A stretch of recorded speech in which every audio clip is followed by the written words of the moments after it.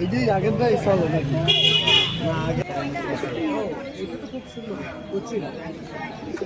কোচিন মুরগি, নতুন কবুতর, লাহোরি সিরাজি কবুতর, খুব সুন্দর হয়েছে। এগুলোই তো খাবো।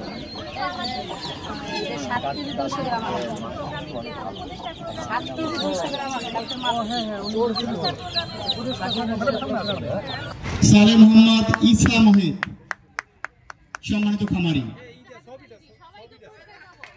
সবাই একটু হাতে তালি দিয়ে করতালির মাধ্যমে উৎসাহিত করি। বিশ্ববিদ্যালয়বর্গ এবং অতিথিবৃন্দের কাছ থেকে পুরস্কার গ্রহণ করছেন টুম্পা রানী দাস। প্রাণী সম্পদ প্রদর্শনীর যে উদ্দেশ্য, যে আধুনিক প্রযুক্তি ব্যবহারের মাধ্যমে আমাদের যে নিরাপদ খাদ্যের উৎপাদন বৃদ্ধি করা। আমি দেখতে পাচ্ছি যে অনেকগুলো স্টল রয়েছে। এই স্টলে গরু আছে, ছাগল, বিভিন্ন ধরনের মুরগি, পাখি, অনেক প্রদর্শনী আমরা দেখতে পাচ্ছি। তো এইগুলো নিশ্চয়ই যে আমাদের জন্য একটা উদাহরণ, যে আমরা এগুলো দেখে উজ্জীবিত হব যে না, আমরাও খামার করব। আমরা যে কাজগুলো করি, আমরা বসে থাকি যে আমার চাকরি হচ্ছে না, কাজ নাই, এইভাবে আমরা বিভিন্নভাবে সময় কাটাই। কিন্তু আমরা যখন খামারিদের মুখে তাদের সফলতার গল্প শুনি, আমরা কিন্তু দেখতে পাই যে খুব ছোট পরিসরে তারা শুরু করে।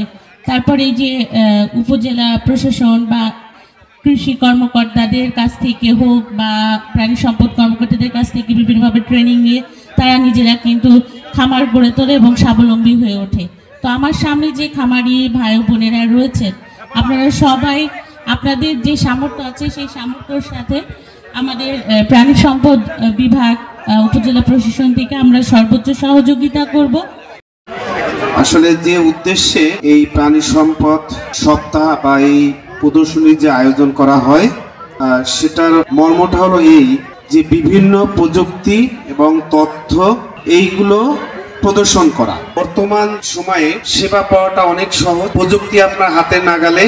আমাদের যেটা দরকার আপনার ইচ্ছা, উদ্যম এবং আপনার পরিশ্রম, এগুলো যদি একসাথে সম্মিলন ঘটাতে পারেন, তাহলে বাংলাদেশ যে এখন উন্নয়নের যে রাস্তায় হাঁটছে সেটা বহুদূর পর্যন্ত এগিয়ে যাবে।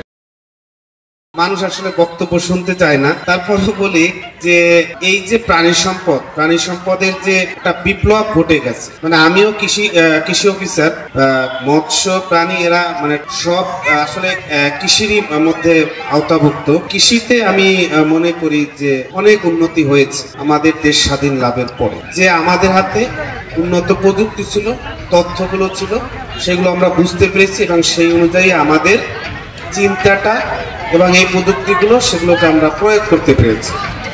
করুন, যদি কোনো কিছু জানার থাকে তাদের কাছ থেকে জানুন।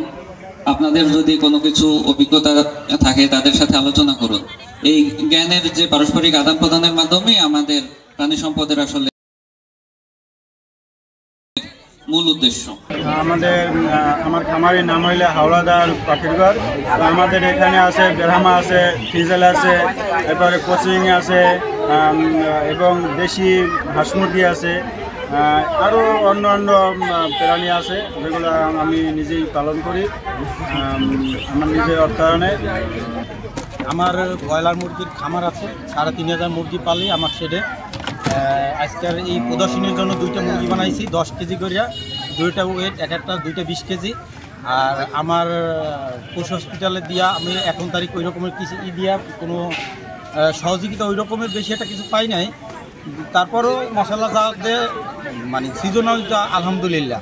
আর আমি এই হাঁস মুরগি হিসেবে জায়গাও আছি কেশিয়ার, 40 জন নিয়ে আমি কাজ করি। কিন্তু আমি যেহেতু অনেক উপকার পাই, যেমন গরু মোটা তাজা নিয়ে এই যে কাজ করতে আসছি, জায়গা খাবার পাই, তারপর বেলসা পাইছি, তারপর গরুর যে ইত্যাদি যা লাগে আমি এগুলো সবই পাইছি।